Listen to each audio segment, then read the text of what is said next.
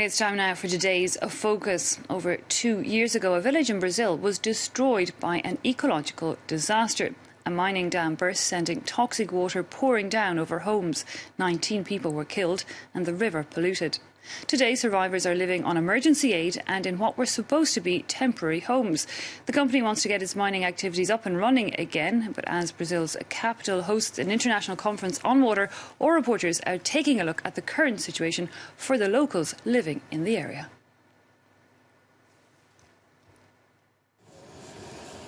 Bento Rodrigues, a village in Brazil's Minas Gerais state, is now a sea of ochre-colored ruins. There's no one in sight. Gaëlle Essoo's home has become a ghost town. My house was here. I lost my house, my history, everything. It's only thanks to God that we weren't killed. On November 5th, 2015, Gaëlle's village was almost completely destroyed. That day, the Fundão Dam burst open. It had been protecting the town from millions of cubic meters of water, which were drawn out of the ground in an iron ore mine. A tsunami of toxic mud killed 19 people, including 13 employees of the mining company, Samarco. It polluted the Rio Doce River for over 600 kilometers.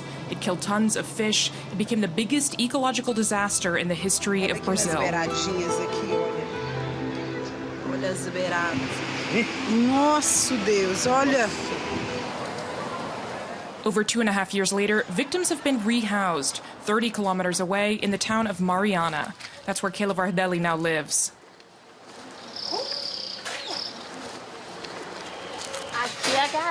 This is my new home, where I live.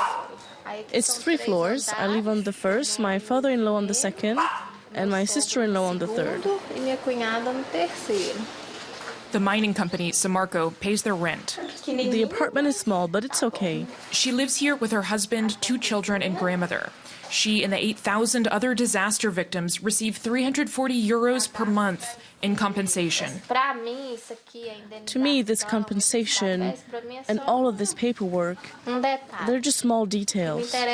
All I want to do is to go back home. The mining company promised them a new village, safer and farther away from the dams, but she has her doubts.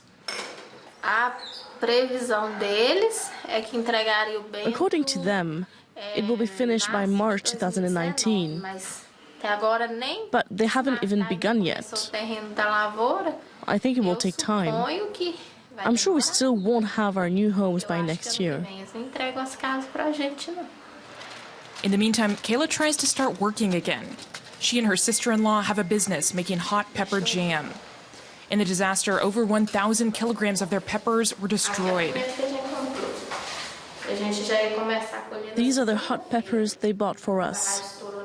We were going to harvest on a Monday, but the dam broke 4 days before that. We lost all of our harvest. It's their obligation to replace the stock we lost. That obligation belongs to a foundation called Renova.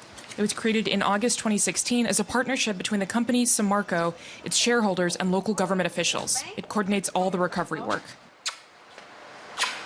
What piece did we receive today? This shop restores relics from destroyed churches. Our Lady of Conceição from the Church of Gesteira. But while €15 million have been spent restoring relics, the majority of victims have still not been compensated.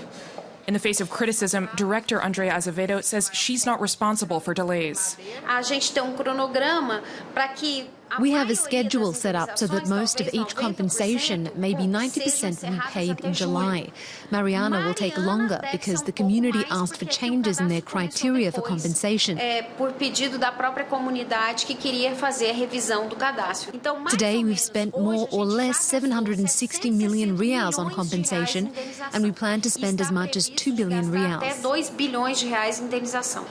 The foundation has been criticized for its lack of transparency. Victims' associations say they've been kept at a distance. That made Renova recently relaunch some of its programs.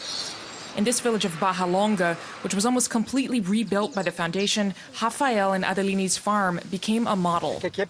This is a pilot project, so hopefully it can make other projects around here more successful. We installed a system of pickets, pits and dams. Renova wants to replicate this on other properties, so they are bringing visitors here to see it.